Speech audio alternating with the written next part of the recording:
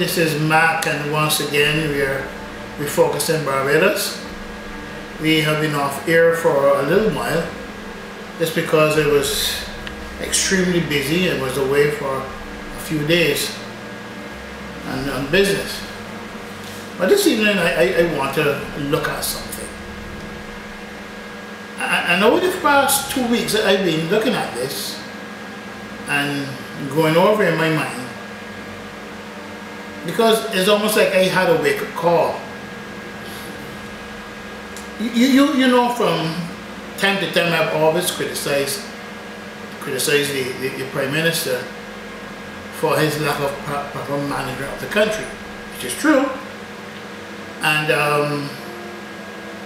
I haven't held back in relation to what I have to say about the Prime Minister and the way he handles the country. But today, my tone is different. I want to publicly say to Mr. Fernando Stewart, sir, Mr. Prime Minister, I thank you. And I'm not being sarcastic. I thank you, sir, from the depths of my being. You look back at what transpired after the death of the late Prime Minister, Mr. David Thompson, and you see some things were done, and you probably wonder why the Prime Minister did that. One of the first things the Prime Minister did, and in retrospect, I realized the Prime Minister did, was to distance himself from certain elements within the Democratic Labour Party. And when I was thinking about this over the past 2 weeks, I said, I missed that. You see, the baggage that came along with those elements, I'm going to say now, are not good. They were not good for our country back then, and they are not good for our country now. And I wonder if Barbadians know just how much and how far the Prime Minister has gone to save us from. Do we understand the enormity of the decision he has made to distance himself from certain elements within the Democratic Labour Party? And since he has done that, those people have left the party. Think about it.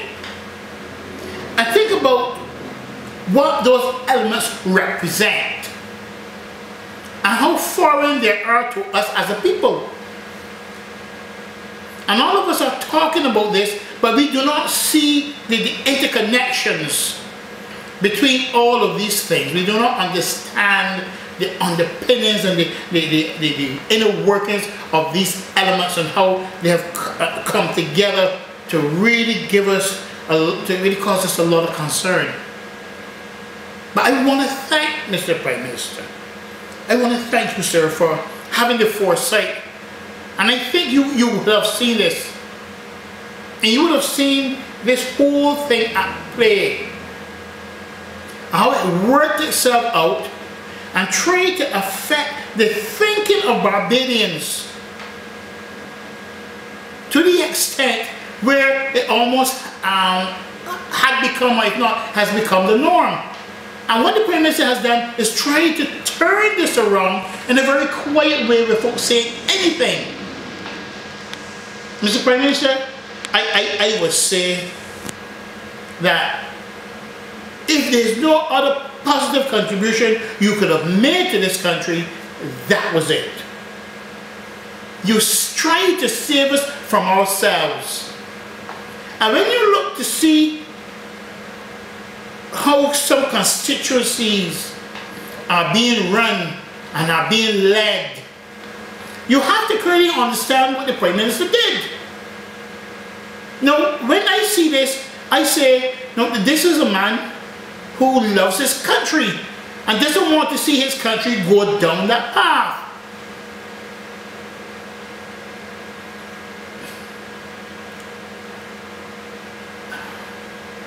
I don't think I need to say more because Barbadians are sensible people.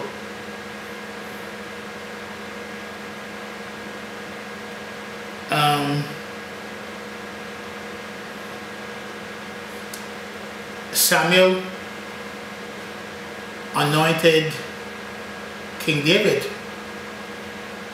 as well as he anointed King Saul.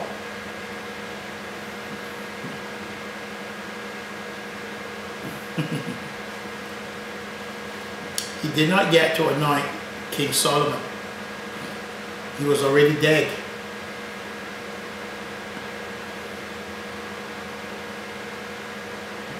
If you want to create a king, you must be in a position to create the king. But if you're not in a position to create a king, you may look for another avenue or another opportunity to create and make your king. I don't think I have to say more. Barbadians are very sensible people. I want to look at something also. I want to look at the whole idea and concept of validation as it relates to politics and politicians. You see, the way human beings function in their scholastic, vocational, and family life requires a level of validation. You see, politicians are consumed by their own self-interest. This is expressed in the way they react to issues and events. It is not uncommon to see a politician adopt a different position on two similar issues. But you must keep in mind, though, that politicians first seek to keep their base energized because the base carries the message, and in turn give validation to the politician's message. Politicians are like a sponge. They keep soaking up the applause and attention. They become concerned and sometimes unraveled when the applause dies. This is their sense of validation. It has nothing to do with right or wrong, neither has it got anything to do with utility, meaning the greater good for the greater number of people. Instead, it is a selfish pursuit. Politicians naturally love themselves. That is why it is baffling to citizens when a politician does not address certain issues. There is simply no mileage for him or her. No mileage, hence no energize the base, and no validation. Political parties get their greatest mileage from their members coalescing around a single message or issue, which might reverberate around the country. If you do not understand this dynamic, you can become a mindless participant in folly. There is no virtue at all in all of this. So cut away all the fluff and get into the substance. And you will see that politicians usually insult our intelligence. We buy it because we are too lazy to think. On this week's another thing, I'm going to talk about voting, but from a different perspective. A friend told me this week, I am not voting for anyone next election. I responded by saying, you only vote party and not conscience. She did not reply to my statement.